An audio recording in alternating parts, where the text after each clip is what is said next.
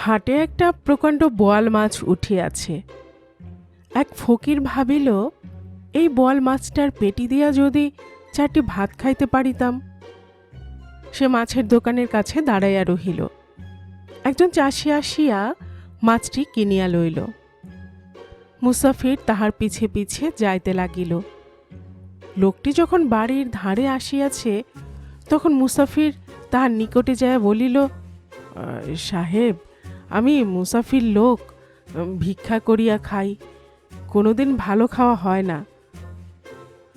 আজ হাটে যাইয়া যখন ওই বড় মাছটি দেখিলাম, মনে বড় ইচ্ছা হইল এই মাছটির পেটি দিয়া যদি 4টি ভাত খাইতে পারিতাম।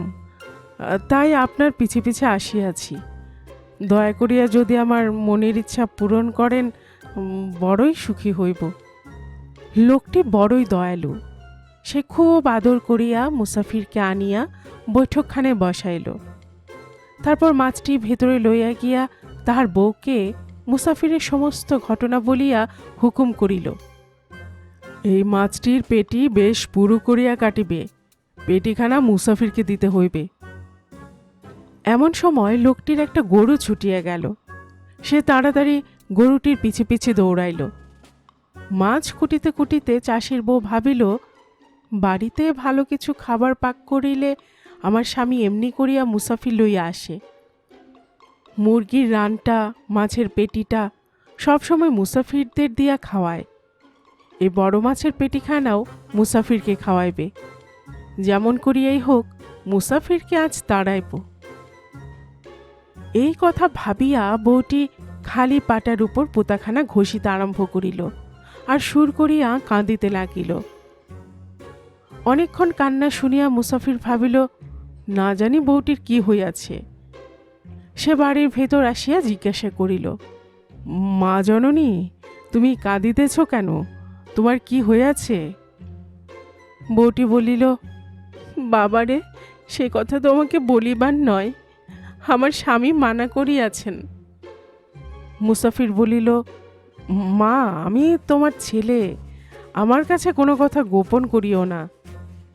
বউটি তখন আধেক কাঁদিয়া আধেক কাঁদিবার ভান করিয়া বলিল, আমার স্বামী বাড়ির ভেতরে আসিয়া আমাকে বলিল, এই মুসাফির বড়ই লোভী, আমাদের পোতাখানা পাটায় ধার দিয়া চোখা করিয়া রাখো, মুসাফিরের গলার ভেতর দিয়া ঢুকাইয়া দিব, যাহাতে সে আর কাহারও মাছ দেখিয়া লোভ করতে না পারে। তাই আমি কাঁদিতেছি। হায় হায়, আমার স্বামী এই মোটা পুতা তোমার গলার ভেতরে ঢুকাইলে নিশ্চয় তুমি মরিয়া যাইবে, তাই আমি কাঁদিতেছি। কিন্তু স্বামীর হুকুম তো আমাকে মানিতেই হইবে। শুনিয়া মুসাফিরের তো চক্ষু স্থির।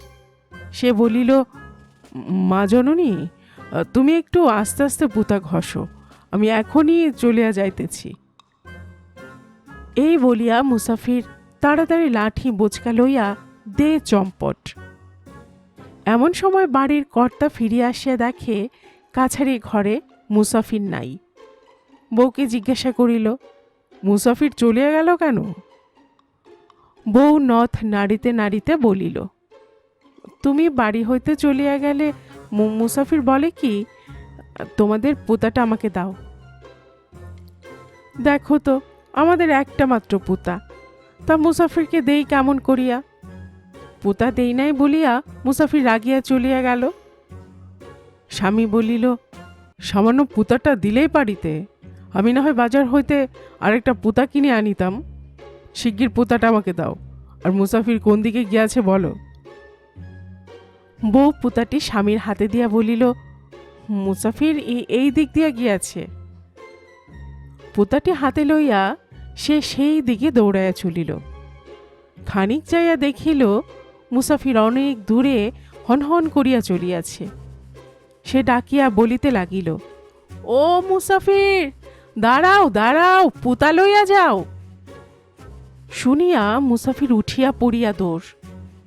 চাষি যতই জোরে জোরে বলে, ও মুসাফির, পুতা লইয়া যাও, পুতা লইয়া যাও, মুসাফির আরও জোরে জোরে দৌড়ায়।